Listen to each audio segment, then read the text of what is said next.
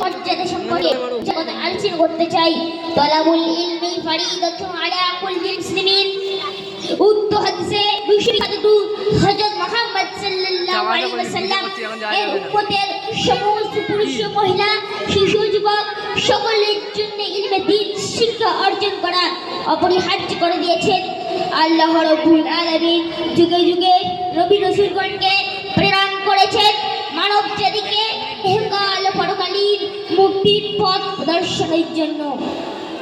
শেষ নবী হযরত মুহাম্মদ সাল্লাল্লাহু আলাইহি ওয়াসাল্লাম এর মাধ্যমে ধারাবাহিকতা শেষ হয়েছে। আর যুগের পরম্পরায় উলামায়ে কিরাম এই দায়িত্ব পালন করে চলেছেন। নবী সাল্লাল্লাহু আলাইহি ওয়াসাল্লাম বলেন, ইন্নাল উলামা ওয়ারাসাতুল আনবিয়াই ওয়া ইন্নাল আনবিয়া লাম ইউরাসু দীনাও ওয়ালা দিরহামা। অর্থাৎ আলিমরা নবীদের উত্তরাধিকারী আর নবীরা উত্তরাধিকার হিসেবে দিনার দিরহাম ও অর্থ পরিণত যাননি, বরং তারা উত্তরাধিকার রেখে গেছেন ইলম। তাই যে ব্যক্তি অর্জন করেছে সে বড় লাভবান ও সম্মানের পাত্র।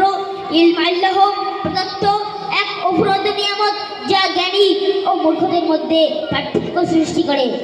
আল্লাহ তাআলা বলেন, কুল হাল ইয়াসতাবিল লাযিনা ইয়ালামুনা ওয়াল লাযিনা লা ইয়ালামুন। অর্থাৎ যারা জানে এবং যারা জানে না তারা কোনোদিন সমান হতে পারে না। সম্মানীয় উপস্থিতি, একজন আলেম দেশ ও জাতির শ্রেষ্ঠ সম্পদ। মূল্যবান সম্পদ হারিয়ে গেলে মানুষ যেমন দিশেহারা হয়ে যায়, ঠিক তেমনই আলেম বিদায় নিলে দেশ ও সমাজ অচল হয়ে পড়ে, মানুষ পথভ্রষ্টে পথে পতিত হয়। তাই তো বলা হয় মাউতুল আলিম মাউতুল আলম। অর্থাৎ একজন আলেমের মৃত্যু সারা বিশ্বের মৃত্যুর সমতুল্য। আমার প্রিয় গুরুজন ও ভাইরা, আলেম উলামা যদি না থাকে তাহলে দিন ও দিনের জ্ঞান চর্চা হবে না। আর যখন মানুষের মধ্যে দিনের জ্ঞান থাকবে না তখন সে মন চাই জিন্দেগি অতিবাহিত করবে, তার নফসকে প্রভু বানিয়ে ইহকাল পরকাল বরবাদ করবে।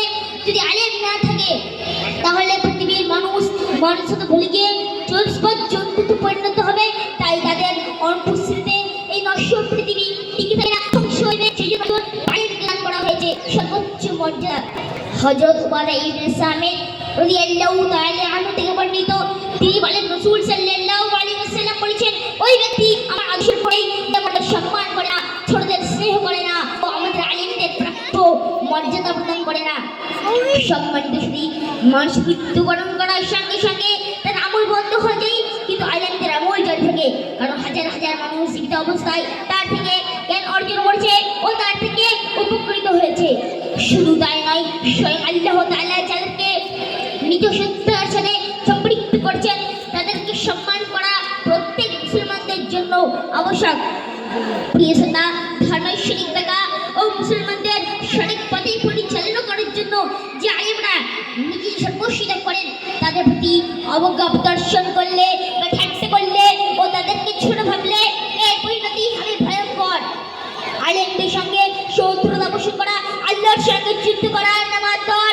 আস-সাকি রাদিয়াল্লাহু তাআলা আনহু বলেন, যে ব্যক্তি আলেমদের প্রতি বিদ্রুপাত্মক শব্দ ব্যবহার করে মৃত্যুর পূর্বে তার অন্তর মরে যাবে। অবশেষে হযরত উমর ইবনে আব্দুল আজিজ রাহমাতুল্লাহ আলাইহি একটি স্বর্ণবাণী পেশ করে আমার বক্তব্যে জানবো। তিনি বলেন, যদি সম্ভব হয় তাহলে অবশ্যই যে আলেম হোক, যদি তা সম্ভব না হয় তাহলে একজন তালিব ইলম হোক, যদি তা সম্ভব না হয় তাহলে তাদেরকে ভালোবাসো। আর যদি এটা সম্ভব না হয় তাহলে তাদেরকে ঘৃণা করবে না। এইভাবে আল্লাহ তাআলা তোমাদের পথ প্রদর্শিত করেছেন। আল্লাহ তাআলা আমাদের সকলকে ইলম অর্জন করার ও আলেমদের যথাযথ সম্মান করার তৌফিক দান করুন। আমিন আমিন আমিন। ওয়া আখির দাওয়ানা আলহামদুলিল্লাহি রাব্বিল আলামিন। আসসালামু আলাইকুম ওয়া রাহমাতুল্লাহি ওয়া বারাকাতুহু।